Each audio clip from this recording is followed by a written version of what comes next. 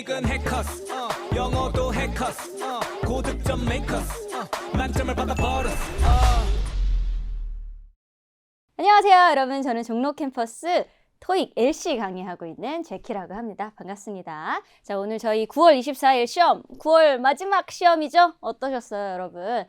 저 같은 경우에는 일단 뭐 큰 특이사항은 없었어요. 그저 날씨가 너무 좋아서 시험 보기 좀 우울했다, 요 정도밖에 없었고, 그리고 시험 이제 환절기잖아요. 날씨 갑자기 추워졌죠? 그래서 그 콜록콜록 좀 감기 걸리신 분들이 많았던 것 같아요. 그래서 기침을 하시거나 그랬던 분들이 좀 있었던 것 같습니다. 그래서 저희 감독관분이 너무 친절해가지고 재채기랑 막 물티슈도 갖다 주고 그랬어요. 그래서 좀 훈훈한 시험장이었습니다.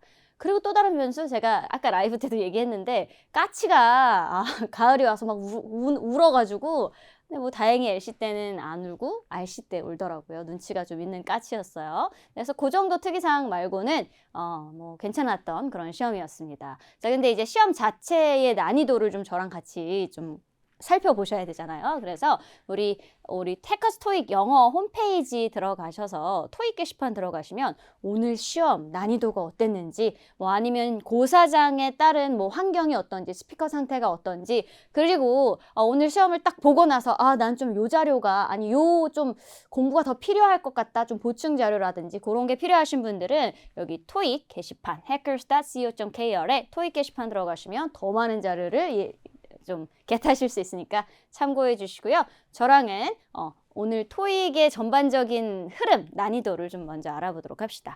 자, 파트 1은 제가 중정도를 드렸어요. 사실 제가 라이브 때 너무 많이 이미 언급을 해버려서 여러분들이 나 이제 다 알아 이럴 수 있겠지만, 그래도 라이브로 못 보신 분들도 있기 때문에 저랑 같이 하나씩 살펴볼 거고요. 난이도가 중이었어요. 아닌데 난 안 어려웠는데, 그런 분들은 이렇게 한번 생각을 해보세요. 내가 모든 걸 다 들으려고 하진 않았는지 그런 걸 한번 생각해 보시고, 다 들으려고 하지 않고 좀 전략적으로 가셨으면 그렇게까지 막 엄청 어려운 난이도는 아니었던 그런 시험이었던 것 같고요.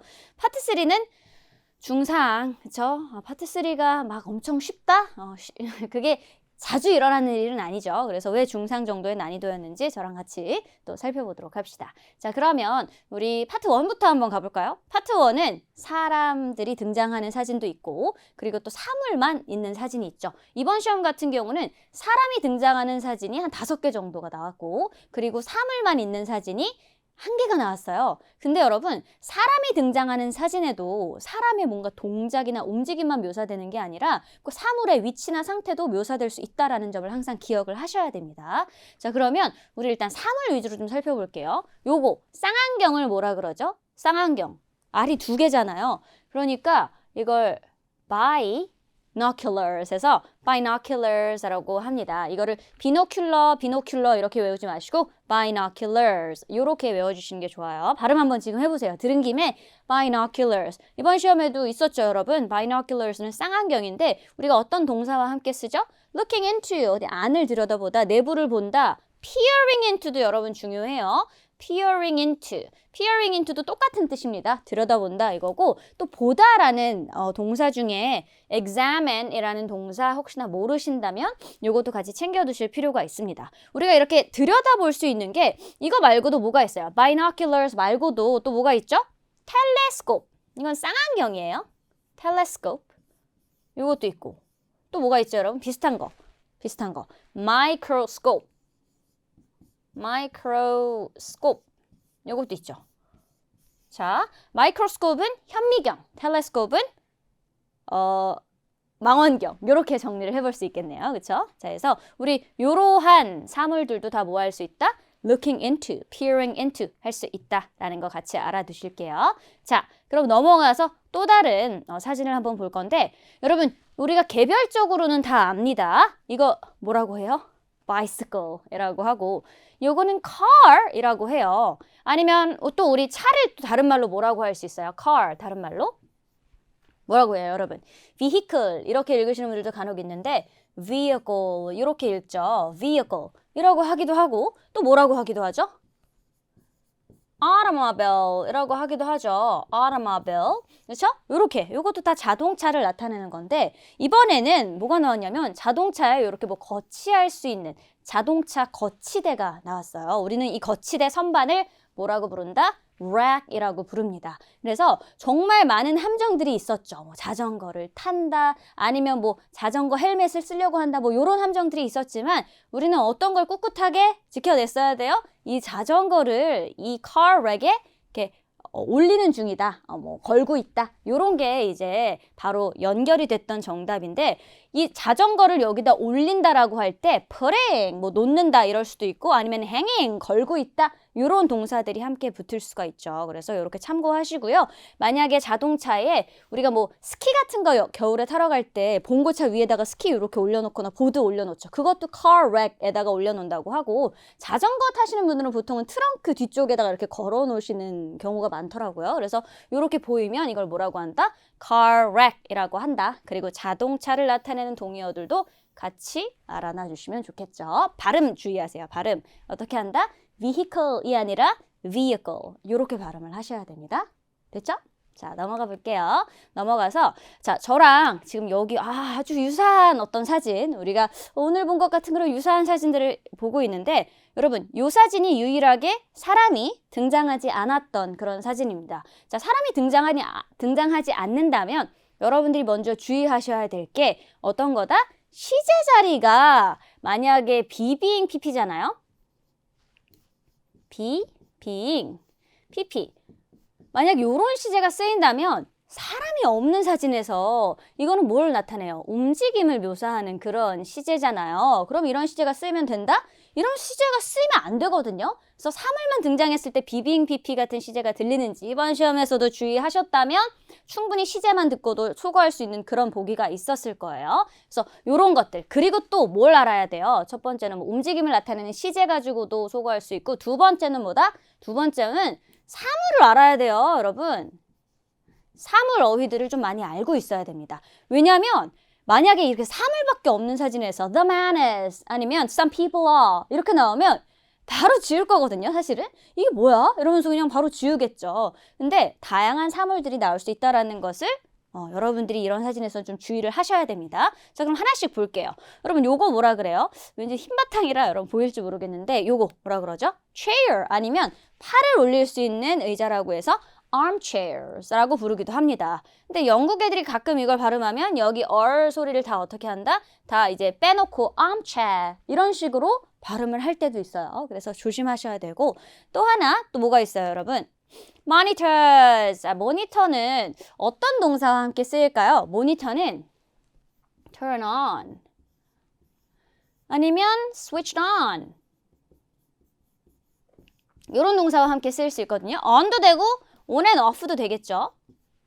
그래서 모니터가 스위치가 켜졌다 아니면 그렇죠? 꺼졌다 이런 게 가능한데 여러분 보시면 사진상 모니터가 잘 안 보이는 그러니까 사선으로 이렇게 포메이션이 잡혀 있는 사선으로 위치해 있는 그런 사진들도 간혹 나와요. 근데 만약에 내가 모니터 화면을 제대로 볼 수 없다면 그게 켜졌는지 꺼졌는지 판단할 수가 없겠죠. 그런 사진에서는 turn on이든 turn off든 switch on이든 switch off든 우리가 확인할 수 없는 부분이기 때문에 정답이 될 수 없습니다. 하지만 모니터가 이렇게 정면에 바로 보일 때는 그게 정답이 될 수도 있다라는 거, 스위치가 켜졌네, 꺼졌네가 정답이 될 수 있다라는 것을 좀 염두에 두셔야겠고요. 그리고 또 하나 뭐가 있어요, 여러분? 또 window blind, blind가 나오죠. 블라인드가 열려져 있네, 닫혀져 있네 이런 것들도 잘 묘사가 되죠. 하지만 우린 정확했던 것 하나만을 골랐어야 됩니다. 우리가 이번 시험에서는 모니터와 관련된 걸 잘 주의 깊게 들어주셨어야만 했다라는 거 잘 기억해 두시고요. 나머지 애들은 시제적인 함정 아니면 구체적인 위치 묘사가 아니었던 그런 보기로 소거를 하셨어야만 했다라는 것도 잘 기억해 둘게요. 자, 다음 사진도 한번 볼까요? 다음은 bedroom 같은 데네요. 그렇죠? 호텔 bedroom 같기도 하고요. 자, 일단 여기서도 우리가 같이 정리를 해볼게. 램프의 위치를 한번 봅시다. 램프. 자, 램프라고 하는 거 다 알고 있잖아요. 그렇죠? lighting이라고 하기도 하는데 어쨌든 램프로 보자고요. 이 램프가 이렇게 그냥 램프라고 부를 수도 있지만 좀 이렇게 길게 뻗어 있는 램프 있죠. 그런 거는 lampstand라고 하기도 합니다. 자, 그래서 이 램프가 지금 어떻게 있어요? 여기 조금 보이긴 하지만 이렇게 양 옆에 같이 있죠. 이 양 옆에 있는 걸 뭐라 그래요? two lamps, 두 개가 있다. 근데 각 모서리 쪽에 다 놓여져 있다라고 할 때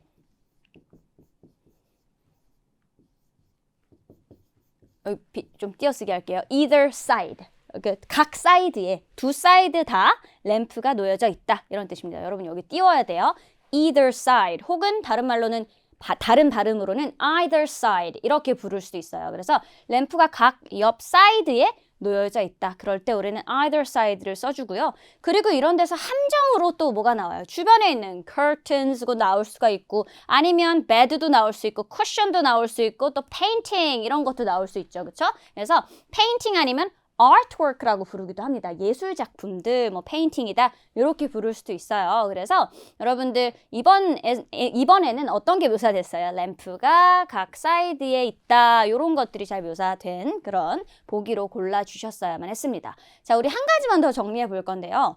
페인팅 같은 경우는 뭐 이번에는 그쵸 소거를 해야 했지만 페인팅이 뭐 걸려 있다 요런 개념으로 잘 나온단 말이죠. 페인팅뿐만 아니라 뭐 포스터가 걸려 있네, 종이가 걸려 있네, 자료가 걸려 있네, 어떤 뭐 사인이 붙어 있네 등등등등 너무 많잖아요. 그래서 뭔가 걸려 있다 아니면 달려 있다, 고정되어 있다라는 표현을 한번 정리를 해볼 건데, 자 우리 이쪽에다 한번 정리를 해볼까요? 여러분들 머릿속에 지금 걸려있다, 고정되어 있다 그런 단어가 딱 정리가 되어 있는지를 저랑 같이 한번 보시면 될 것 같아요. 자, 일단 어떻게 돼 있죠? Paintings hanging. 걸려있다. 요거 하나 있고요. 이건 가장 기본이죠. 그리고 또 뭐가 있을까요? 또 뭐가 있을까요, 여러분? 뭐 1번이라고 해놓고 2번. 뭐가 있죠? 잘 생각해봐요. Displayed. 이렇게. 걸려있다. 이렇게도 될 수 있고. 또 뭐가 있죠? 세 번째. mounted. 여러분, mount라고 하면 이게 뭐야? 이런 생각을 할 수 있는데 mounted는 사실 고정하다 이런 뜻이거든요.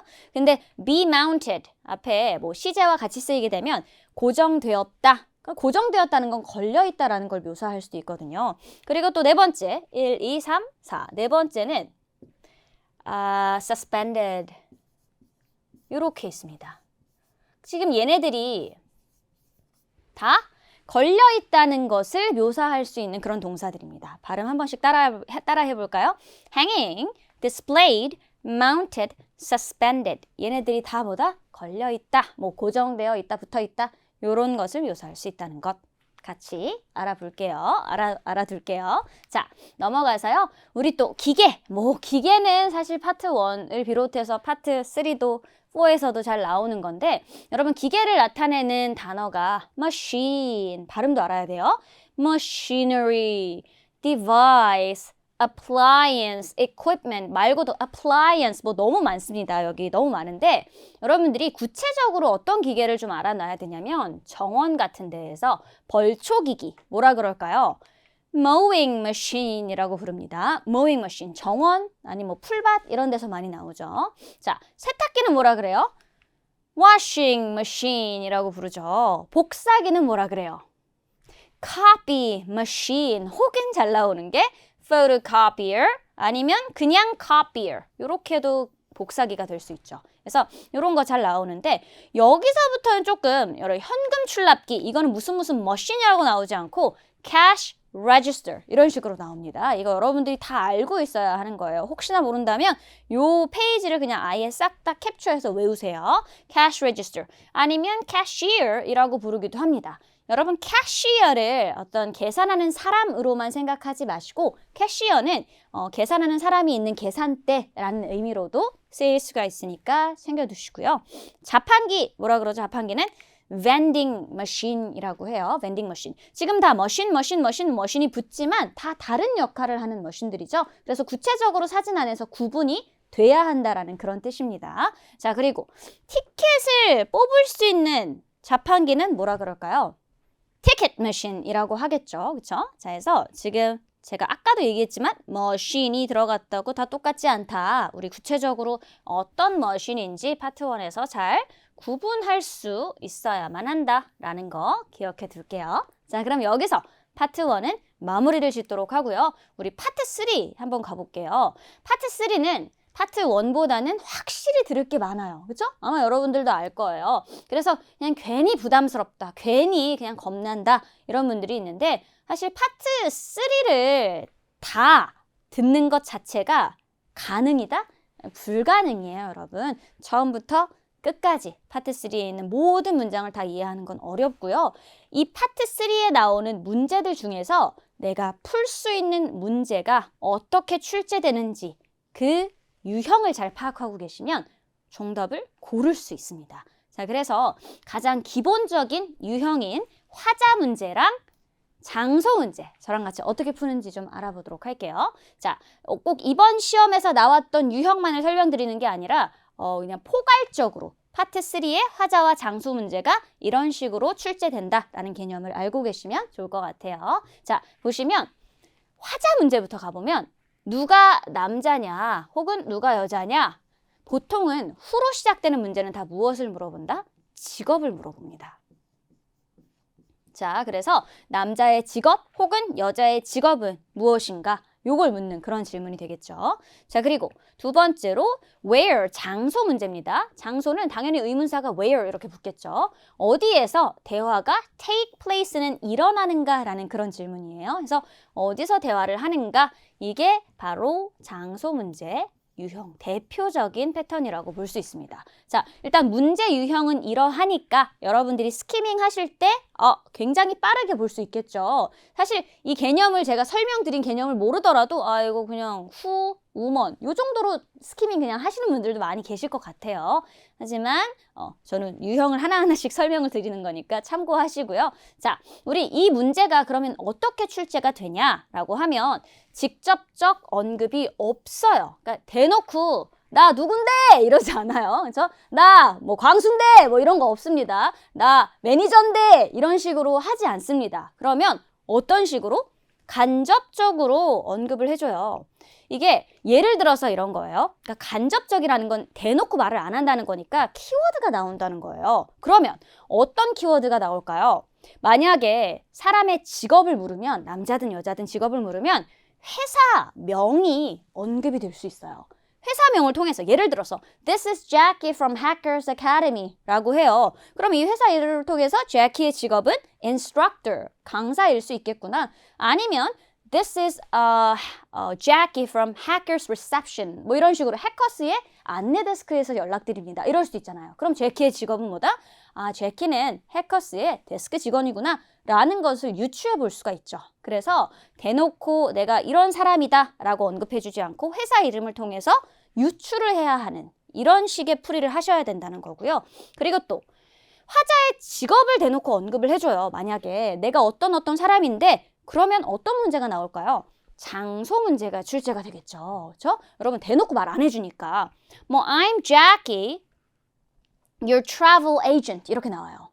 저는 제키고요. 제가 당신 여행 담당자예요. 이런 식으로 나오면 자, 여기는 어디라고 볼 수 있어요? 여기는 travel agency라고 볼 수 있겠죠? 이런 식으로. 자, 또 보면 장소와 연관되어 있는 그냥 연상되는 키워드가 나올 수도 있거든요. 이게 무슨 말이냐면 예를 들어서 the car's engine is broken 이러면 엔진이 지금 고장 났어요 라고 하면 여기는 어디예요?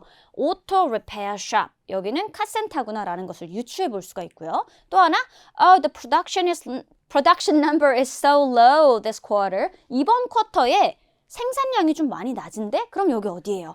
여기는 제조사구나. 여기는 공장이구나. 여기는 생산기지구나. 라는 것을 유추해 볼 수 있겠죠. 이런 식으로 화자와 장소 문제는 정말 많이 출제되는 유형이거든요. 그런 만큼 여러분들이 어떻게 풀어야 하는지를 정확하게 알고 인지하고 푸셔야 한다. 물론 시험에서 대놓고 언급이 되는 경우도 있습니다. 하지만 대체로 이제 간접적으로 돌려서 답을 주는 경우가 있으니까 이 개념도 꼭 정리를 해주시면 좋을 것 같습니다. 자, 뭐 이렇게도 가볼까요? What do you think about the advertisement? 마지막 하나. 혹시 우리 이번 광고 뭐 제안에 대해서 어떻게 생각해? 광고 제안서에 대해서 어떻게 생각해? 그럼 광고 제안서가 나온 이상 여기는 어디다? 마케팅 회사나 마케팅 컴퍼니구나 라는 것을 유추하면서 풀어줘야 한다라는 거죠. 그래서 우리 관련된 키워드 그리고 좀 간접적으로 서로가 서로한테 키워드가 되는 그런 단어들을 많이 알고 있어야 된다. 라는 개념 알아둘게요. 자, 이거는 좀 빈출되는 문제 유형이라 제가 같이 정리를 해보고 싶었던 거고 안녕하세요, 여러분. 반갑습니다. 저는 해커스 어학원 강남역 캠퍼스에서 토익 리스닝을 담당하고 있는 신영화입니다. 자, 오늘 토익 시험 어떠셨나요? 날씨가 제법 선선해진 것 같은데요. 곧 또 추석을 앞두고 있기 때문에 시험이 끝나고 집으로 향하는 여러분들의 발걸음이 정말 가벼워 보였던 것 같습니다. 자, 시험 모두 다 잘 보셨기를 바랍니다. 전체적인 난이도를 이야기해 본다면 과거에 까다로운 난이도로 문제들이 출제가 된 적이 많기 때문에 그에 비한다면 상대적으로 오늘 시험은 크게 어렵지는 않았다. 하지만 또 그렇다고 쉽지는 않았다. 이렇게 이야기할 수 있을 것 같은데요. 물론 준비가 잘 되신 분들 그리고 평소 청취력 트레이닝을 통해서 청취력을 많이 쌓아가신 분들에게는 오늘 시험이 그래도 할만했다 이런 생각이 들 것 같아요. 하지만 조금 준비가 미흡했다거나 청취력이 조금 부족하신 분들에게는 언제나 체감 난이도가 높게 느껴질 수밖에 없을 것 같아요. 자, 그러면 본격적으로 우리 오늘 토익 시험 파트 2, 4의 총평을 한번 시작해 보도록 하겠습니다. 하지만 그 전에요. 해커스 영어 사이트에 접속하시면 여러분들이 참고하실 수 있는 고퀄리티 무료 자료들이 굉장히 많이 있으니까요. 꼭 영어 사이트 들어가셔서 해커스에서 제공하는 다양한 그런 컨텐츠들을 활용하시기를 적극 권장드립니다. 자, 그러면 시작해 보도록 하겠습니다. 먼저 파트 2의 난이도는 중으로 총평을 해볼 수 있겠는데요. 그동안에 이제 변별력이 가장 높은 파트로 대두되는 파트가 바로 파트 2이고 난이도가 높게 출제가 된 그런 달이 많았기 때문에 그런 점에서 오늘의 파트 2는 난이도 중 정도로 볼 수 있을 것 같습니다. 시험을 따라서 연달아서 응시하는 것이 아무래도 여러분들에게 목표 점수를 달성하는 데 있어 좀 도움이 되실 것 같아요. 여러분들이 과거에 시험을 여러 차례 좀 응시를 해보셨다면 파트 2가 상당히 어려워졌다는 것을 격하게 공감하실 텐데 그에 비하면 오늘 파트 2는 좀 수월한 편이진 않았나 이렇게 생각해 볼 수 있을 것 같습니다. 일단 특징에 대해서 좀 짚어본다면은 우리가 파트 2의 경우는 문제지를 딱 보면 두 단으로 나뉘어서 번호, 문항들이 쭉 표기가 되어 있는데요.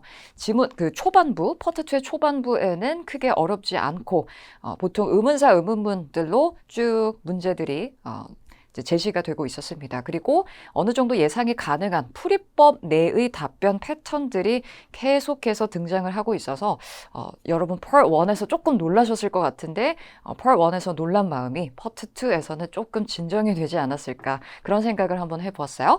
자, 일단 문제 유형별로 분석을 한번 해보도록 할게요. 의문사, 의문문이 오늘은 9문제가 나왔는데요. 평균 한 12문제 내지는 13문제까지 출제가 되는 편인 의문사, 의문문이 오늘은 9문제가 출제가 되었다는 점, 그러니까 조금은 전에 비해서 좀 덜 나온 것 같습니다. 그렇죠? 그리고 비의문사, 의문문의 비중이 좀 컸는데요.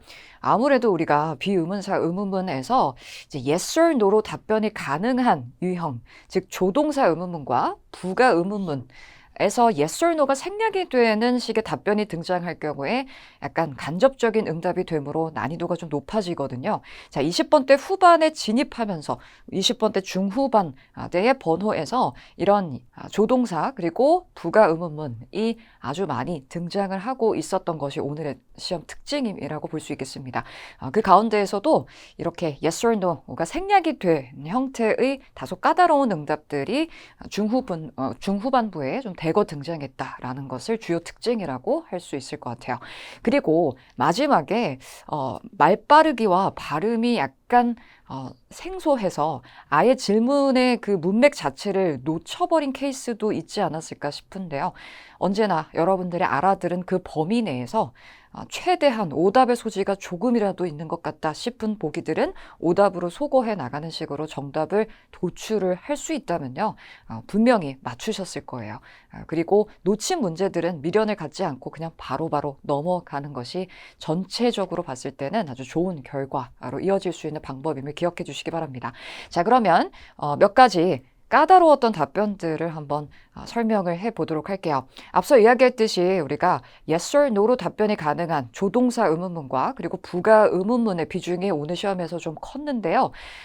질문의 의도는 둘 다 사실을 확인하기 위한 의도의 질문들임을 기억해 주시기 바랍니다. 이때 yes or no가 생략이 되어버리면 난이도가 높아질 수 있다고 했는데요. 자, 그러면 예문을 통해서 한번 확인해 보도록 할게요. Can we use the conference room to hold a party? 파티를 열기 위해서 회의실을 사용할 수 있을까요? 라는 질문에요. We've used that place several times. 우리는 그 장소, that place는 앞서 질문 속에 언급된 the conference room을 대신한다 이렇게 볼 수 있겠죠. 우린 그 장소를 여러 차례 이용했어요 라고 답을 한다면 자, 앞에 yes가 생략이 되었다라고 볼 수가 있겠죠. 표면적인 의미, 그 안에 숨은 의도를 파악을 해 주셔야만 이와 같은 답변을 연결할 수가 있겠습니다. 자, 이런 식으로 yes가 생략이 되어버리면요. 정확하게 질문의 그 문맥과 의도를 이해해야만 연결할 수 있는 다소 까다로운 고난도 답변이 될 수 있음을 기억해 주세요. 자, 또 다른 예문을 통해 확인해 볼게요. Haven't you finished preparing the presentation? 자, 질문 앞엔 not을 포함하고 있는 이런 형태의 질문을 우리는 부정의문문이라고 합니다. 자, 이 부정의문문은요, 조동사 의문문의 한 유형으로 질문 앞에 not이 있기 때문에 우리가 직역을 할 경우에 다 하지 않았어요? 로 이렇게 해석을 하겠지만 어차피 영어에서는 not이 있건 not이 없건 답변은 동일하다라는 것을 기억해 주세요. haven't you로 묻건 have you로 묻건 영어에서는 대답하는 사람 기준 만약에 다 끝냈다면 yes, 끝내지 않았다면 그것은 부정의 의미니까 no가 됩니다. 자, 그럼 다시 질문으로 돌아가 볼게요. 자, not은 무시하고 그냥 긍정 의문문처럼 되뇌어 가는 것이 좀 더 효율적으로 접근할 수 있는 팁이 되겠습니다. 자, 그럼 발표 준비 다 끝났어요? 이렇게 의역해서 되뇌 가셔도 상관없습니다. 다 했어요? 이런 식으로 갈게요. 굳이 not을 신경 쓰지 않으셔도 된다는 거예요. 자, 근데 답변을 보니까 All the handouts have already been printed. 모든 유인물들은 이미 인쇄가 되었어요. 라고 답을 했어요. 자, 그렇다면은 이 답변 속에 등장한 all the handouts라는 것은 바로 질문 속에 이 발표하고 관련된 그런 유인물, 자료라는 것을 알 수가 있고 모든 자료들은 다 인쇄가 되었다라는 이 말 안에 숨은 의도가 있다면 따라서 준비가 다 끝났다라는 의미가 될 수가 있겠죠. 따라서 이 역시 앞에 yes가 생략이 된 응답이다 라고 볼 수가 있겠습니다. 자, 그러면 또 다른 예시를 또 보여드리죠. We paid the tax bill last month, right? 자, 꼬리에 뭐가 붙어 있는데요. right 또는 didn't we와 같은 꼬리가 붙어 있는 형태의 질문 우리 부가 의문문이라고 하죠. 자, 형태는 다르지만요. 의도는 사실을 확인하려는 의도라는 점에서 우리가 앞서서 예를 들어서 설명드렸던 그 질문들하고 사실 의도는 동일하다는 겁니다. 확인을 하기 위해서 묻는 의도의 질문들이라는 걸 기억해 주세요. 따라서 그냥 이 질문에서 궁금해하는 것은 청구서를 지불했는지 안 했는지라는 것을 뽑아내시고 지불했어요? 돈 냈어요? 이렇게 기억하고 되뇌가시면 되는 거죠. 자, 근데 답변에서요. Sally is the finance manager. 이라고 답을 하는 거예요. 표면적인 의미는 셀리는 재무관리자예요. 라는 의미인데 이 안에 숨은 의도가 있다면 어떠한 의도가 포함되어 있다고 볼 수 있을까요? 자, Finance Manager이라는 이 직책은요, 이런 세금 청구서를 지불하는 업무하고 밀접한 연관이 있는 그런 직책임을 알 수가 있습니다. 자, 조금 더 쉽게 이 답변을 바꾸어서 제가 한번 만들어 볼게요. I'm not in charge of that.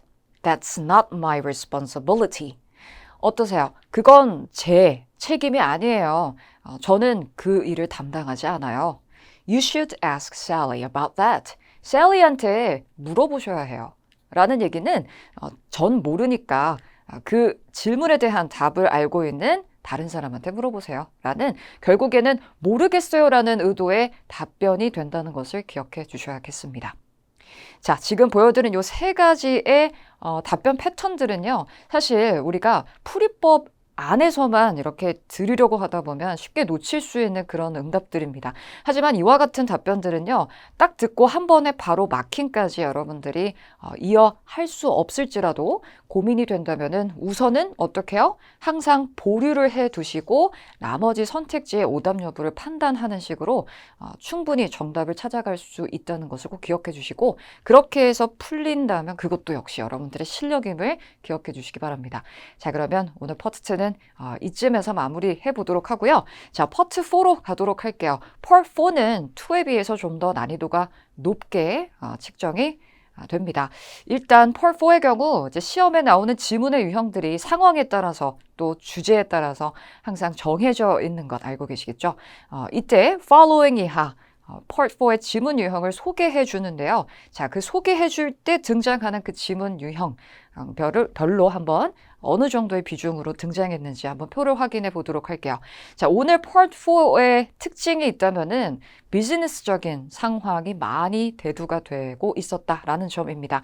직원들을 대상으로 혹은 업무, 비즈니스하고 관련한 내용의 담화 지문이 주를 이루고 있었던 것이 주요 특징이라고 할 수 있겠는데요.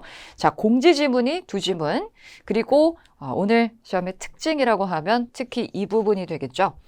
소개 멘트에서요. Following 이하 excerpt from a meeting 이렇게 소개되는 지문이 오늘 굉장히 많이 등장을 하고 있었습니다. 우리말로는 회의 발췌록이라고 하죠. 회의 중에 직원들에게 업무하고 관련해서 이야기하는 성격의 사내 연설 지문이 바로 이 excerpt from a meeting인데요. 오늘 많은 지문이 등장을 했습니다. 그 다음에 telephone message가 2지문, 그리고 broadcast, 방송 지문이 2지문 이렇게 구성이 되어 있었습니다. 자, 그러면 우리 Part 4에서 여러분 꼭 기억하고 넘어가셔야 할 중요 표현, 동의어들과 함께 정리를 해보도록 할게요. 자, 첫 번째는요, refreshment라는 표현인데요. 우리가 Part 3하고 4에서 많이 등장하는 표현 중 하나죠. 다과, 가벼운 식사를 뜻하는 이 refreshment는요, 종종 다른 말로 바뀌어서 표현이 됩니다. 어떻게 바뀔까요, 여러분? beverage, 음료라든지 혹은 snack, 또 food and drink라는 표현으로 많이 바뀌어서 등장한다는 것. 보통은 refreshment라는 표현을 여러분은 눈으로 접하게 되실 거고요. 귀로는 이와 같은 조금 더 구체적인 표현을 듣게 될 거라는 것도 기억해 두세요. 자, 다음 두 번째로는 숙박시설을 뜻하는 표현, 바로 accommodation입니다. 유사 어휘 중에 lodging establishment 이란 표현도 함께 숙박시설이라는 의미로 기억해 두시면 좋을 것 같고요. 자, 예를 들어서 좀 더 구체적으로 이 accommodation의 종류를 한번 생각을 해본다면요. 일단 대표적인 건 호텔이 되겠죠. 뿐만 아니라 리조트라든지 아니면 inn, 그리고 게스트하우스나 우리 흔히 B&B라고 하는 bed and breakfast라는 표현, 이런 것들은 모두 다 좀 더 구체적인 이런 숙박시설의 종류가 된다는 것을 기억해 두시기를 바라고요. 만약에 여러분들이 눈으로 이 accommodation이라는 표현을 접하게 된다면 귀로는 이렇게 조금 더 구체적인 표현들을 듣게 될 것임을 예상해 보시면 좋을 것 같아요. 자, 그 다음은요. large scale production이라는 표현입니다. 자, large scale이라고 하면 왜 스케일이 엄청 크다 이렇게 생각해 볼 수가 있겠죠. 즉 대규모 production, 생산을 뜻합니다. 자, 그러면 대규모 혹은 대량으로 생산하는 것을 우리가 또 어떤 표현으로 바꾸어서 표현할 수 있을지 확인해 볼게요.